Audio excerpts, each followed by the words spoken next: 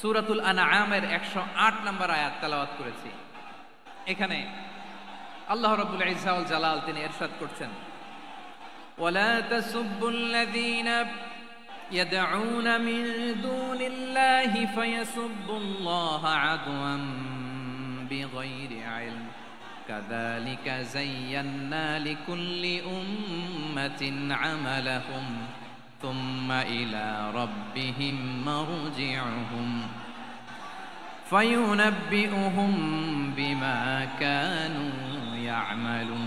রব্বুল আলামিন বলেন, গোলাম ও আমার ইমানদার বান্দারা শোনো শোনো, ও আমার বিশ্বাসী বান্দারা শোনো শোনো, লা তাসুব্বুল্লাযীনা ইয়াদউনা মিন দুনিল্লাহ ফায়াসুব্বুল্লাহা আদওয়ান বিগাইরি ইলম। ও আমার বিশ্বাসী বান্দারা, যারা আল্লাহকে ব্যতি রেখে আল্লাহকে বাদ দিয়ে অন্য উপাস্যকে ডাকে, দেবীর পূজা করে, দেবতাদের পূজা করে, তোমরা খবরদার তাদের গালি দিও না। আওয়াজ করে বলেন, কি দিও না? আল্লাহ বলেন, ও বিশ্বাসীরা শোনো, যারা আল্লাহকে বেছে রেখে দেব দেবীর পূজা করে, অন্য উপাস্যের পূজা করে, তাদেরকে ডাকে, ওই দেবতাদেরকে তোমরা গালি দিও না। যদি ওই দেবতাদেরকে গালি দাও তাহলে ভুলবশত, শত্রুতাবশত তারা তোমাদের রব আল্লাহকে গালি দেবে, ঠিক কিনা? তোমরা যদি তাদের দেবতাদের গালি দাও, ওরা রেগে তোমার আল্লাহরে গালি দিবে, তাহলে আল্লাহরে গালি খাওয়ানোর কারণ হয়ে গেলাম আমি, ঠিক কিনা বলেন? রব্বুল আলামিন বলেন, খবরদার বিশ্বাসীরা, আল্লাহ ছাড়া যারা অন্যান্য উপাস্যদেরকে ডাকে, দেবতাদেরকে ডাকে, তাদেরকে তোমরা গালি দিও না। ওই সমস্ত দেবতাদেরকে যদি তোমরা গালি দাও তাহলে তারা আল্লাহকে গালি দিবে, ঠিক কিনা বলেন? আমরা দেবতাদের গালি দিলে ওরা আল্লাহকে গালি দিবে। রব্বুল আলামিন বলেন, খবরদার দেবতাদেরকে গালি দিও না, তাহলে ওরা তোমার রব আল্লাহরে গালি দেবে। প্রতিটি জাতির জন্য তাদের কাজকে আমি আল্লাহ সুশোভিত করে রেখেছি, তারা সবাই একদিন আমার কাছেই ফিরে আসবে। এরপর আমি রব্বুল আলামিন তাদের আমলনামা তাদেরকে জানিয়ে দেব। সুবহানাল্লাহ পড়ে। প্রিয় ভাইরা, আল্লাহ তাআলা বলেছেন, খবরদার গালি দিও না। আদেশটা কার? আওয়াজ করে বলেন তো। হিন্দুদের দেবতা দেবদেবীদেরকে গালি দেওয়া যাবে না। আওয়াজ করে বলুন প্রিয় ভাইরা, এই আদেশটা কার? এই আপনাদের গলার আওয়াজ। অন্য ধর্মের দেবতাদেরকে যে গালি দেওয়া যাবে না, এই আদেশটা কার? আরো জোরে বলুন, কার? গালি দিবেন কোন দেবতাকে? দিবেন? যদি দেন তাহলে ওরা আল্লাহরে গালি দিবে, তাহলে আল্লাহরে গালি খাওয়াইলো কে? আপনি, ঠিক কিনা বলেন? আমি আল্লাহকে গালি খাওয়ানোর কারণ হলাম, কারণ আমি যদি গালি না দিতাম ওরা আমার রবকে গালি দিত না। আওয়াজ করে বলেন, ঠিক কিনা? তাহলে প্রিয় ভাইয়েরা, ইসলাম আমাদেরকে শিখায়, সূরাতুল আনআমের 108 নম্বর আয়াত থেকে আমরা বুঝলাম, কোন ধর্মকে ছোট করা যাবে না। অন্য ধর্মকে ছোট করা মানে ইসলামকে ছোট করা। অন্য ধর্মের দেবতাকে গালি দেওয়া মানে আল্লাহকে গালি খাওয়ানো। আওয়াজ করে বলেন, ঠিক কিনা? খবরদার, এটা করা যাবে না। আর অন্য ধর্মের দেবতাকে যদি আপনি গালি দেন, ওরা ইসলাম থেকে দূরে সরে যাবে। যাও ইসলামের প্রতি আকৃষ্ট হয়েছিল আর কোনোদিন ইসলামের ধারে কাছে আসবে না। আওয়াজ করে বলেন, ঠিক কিনা? এজন্য কখনো কোনোদিন অন্য ধর্মের দেবতাদেরকে গালি দেয়া যাবে না। অন্য ধর্মের কোনো দেবতাদেরকে আমরা গালি দিব না, গালি দিব না, বরং ইসলামের beauty, the beauty of Islam, ইসলামের সৌন্দর্যকে আমরা তুলে ধরব। আমরা যদি বিশ্বনবী সাল্লাল্লাহু আলাইহি ওয়াসাল্লামের জীবনের দিকে তাকাই, তাহলে আমি দেখব বিষ্ণু ইসলাম মক্কাতে কিংবা মদিনাতে অন্য ধর্মের লোকদের সাথে খুব পিসফুলি লাইফ লিড করেছেন। হোক মুশরিক, হোক খ্রিস্টান, হোক ইহুদি, বিশ্বনবী সবার সাথে মিলেমিশে ছিলেন। আলহামদুলিল্লাহ বলেন। ইসলাম হচ্ছে peaceful religion.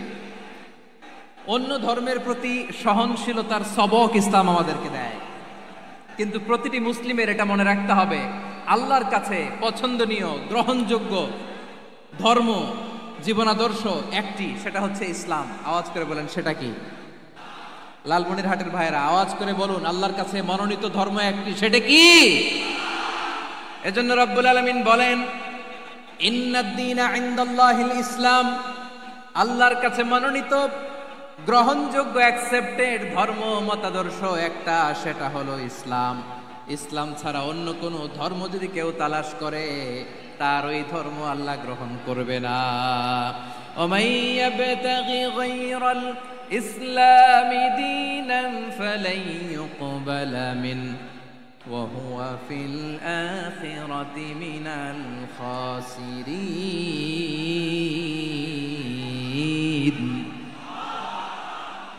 Whoever seek anything except Islam, that won't be accepted from him, and he will be loser in the day of judgment. কিয়ামতের দিন ইসলাম ছাড়া কেউ যদি অন্য কোনো ধর্ম তালাশ করেছে দুনিয়াতে, তার এই মতাদর্শ গ্রহণ করা হবে না, and he will be loser.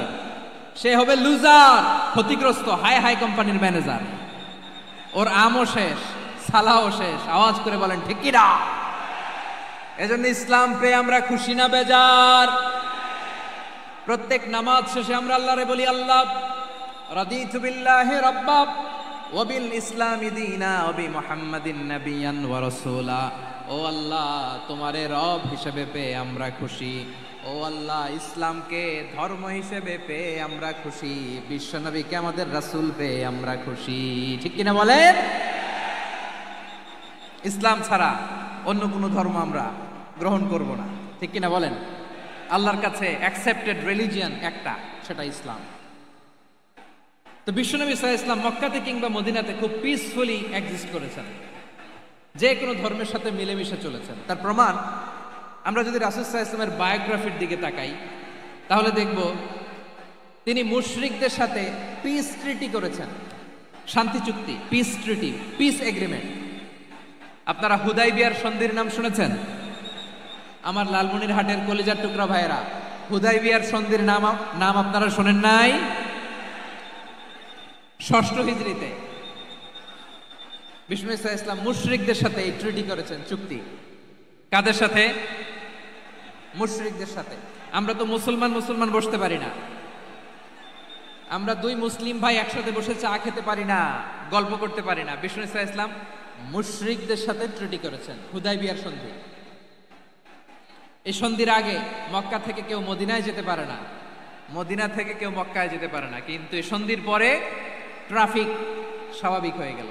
মক্কার লোকেরা মদিনায় আসতে পারে, মদিনার লোকেরা মক্কায় আসতে পারে।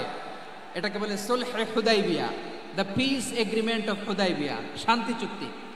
আমরা পৃথিবীতে এখন অনেক শান্তি চুক্তির নাম শুনি, এগুলো সব the piece treaty of Hudaibiya থেকে কপি করা। আল্লাহু আকবার।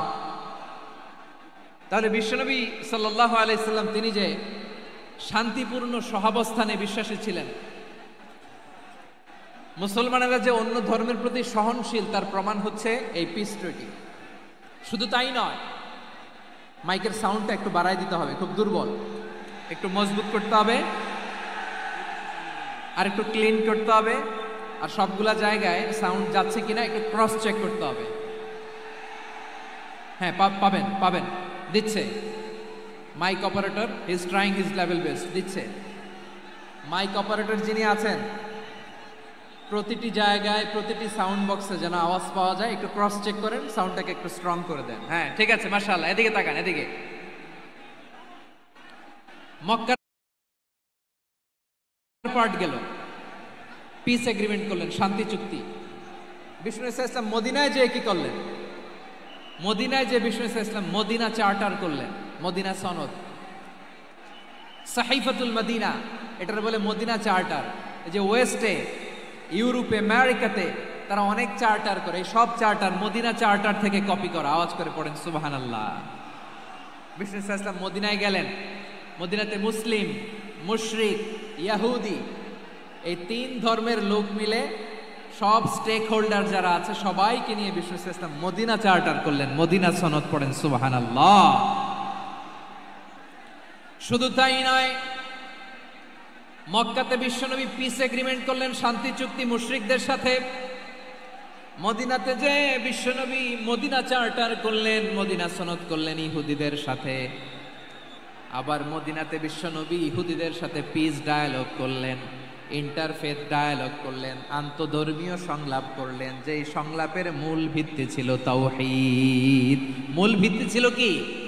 তাওহীদ। বিশ্বনবী ইহুদিদেরকে ডাকলেন, আহ্বান করলেন, কুল ইয়া আহলাল কিতাবি তাআলাউ ইলা কালিমাতিন সাওয়াইন বাইনানা ওয়া বাইনাকুম আল্লা না'বুদা ইল্লাল্লাহ ওয়া লা নুশরিকা বিহি শাইআন ওয়া লা ইয়াত্তাখিযা বা'দুনা বা'দান আরবাবাম মিন দুনিল্লাহ فإن تولوا فقولوا اشهدوا بأننا مسلمون সুবহানাল্লাহ পড়েন। বিশ্বনবী মদিনার ইহুদিদের ডেকে বললেন, ও ইহুদিরা শোনো শোনো, আসো এমন একটা আদর্শের প্রশ্নে আমরা একত্রিত হই যে আদর্শের প্রচার তোমাদের নবীরাও করেছে, আমিও করি, যে আদর্শের কথা তোমাদের পবিত্র ধর্মগ্রন্থগুলোতে আছে, আমার কোরআনেও আছে। সেটা হলো তাওহীদ। আমরা এক আল্লাহ ছাড়া কারো ইবাদত করব না, আল্লাহর সাথে কাউরে শরীক করব না, আল্লাহ ছাড়া কাউরে রব মানব না। পড়েন সুবহানাল্লাহ। তাহলে আমার প্রিয় লালমনিরহাটের ভাইরা, মদিনাতে যেয়ে তিনি মদিনা চার্টার করলেন, মদিনা সনদ, পিস ডায়ালগ করলেন, শান্তির সংলাপ, ইন্টারফেথ ডায়ালগ করলেন, আন্তধর্মীয় সংলাপ, যার ভিত্তি ছিল তাওহীদ। সুবহানাল্লাহ পড়েন। তাহলে অন্য ধর্মের প্রতি সব সময় ইসলাম সহনশীল, টলারেন্স। যদি আপনি দেখতে চান ইসলামের নবী বিশ্ব নবীর দিকে তাকান, ঠিক কিনা বলেন? আমরা তো সংখ্যালঘুদের রাইটস প্রোটেক্ট করার জন্য কত আইন বানাই, কত বৈঠক করি, কত সংবাদ সম্মেলন করি। বিষ্ণু সাল্লাল্লাহু আলাইহি ওয়াসাল্লাম সংখ্যালঘুদের রাইটসের ব্যাপারে, অধিকারের ব্যাপারে যে কথা বলেছেন, শুনলে আপনি অবাক হয়ে যাবেন। বিশ্বনবী বলেন, আলা মান যালামা মুআহাদান